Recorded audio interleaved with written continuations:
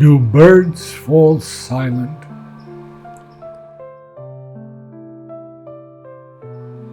Do birds fall silent when we leave? Is the sun less bright because we dream of night and on its bosoms grieve? Are the mountains held in less esteem by souls who follow in our stead? Is the fragrance of the forest less? Do newborn souls replace the dead?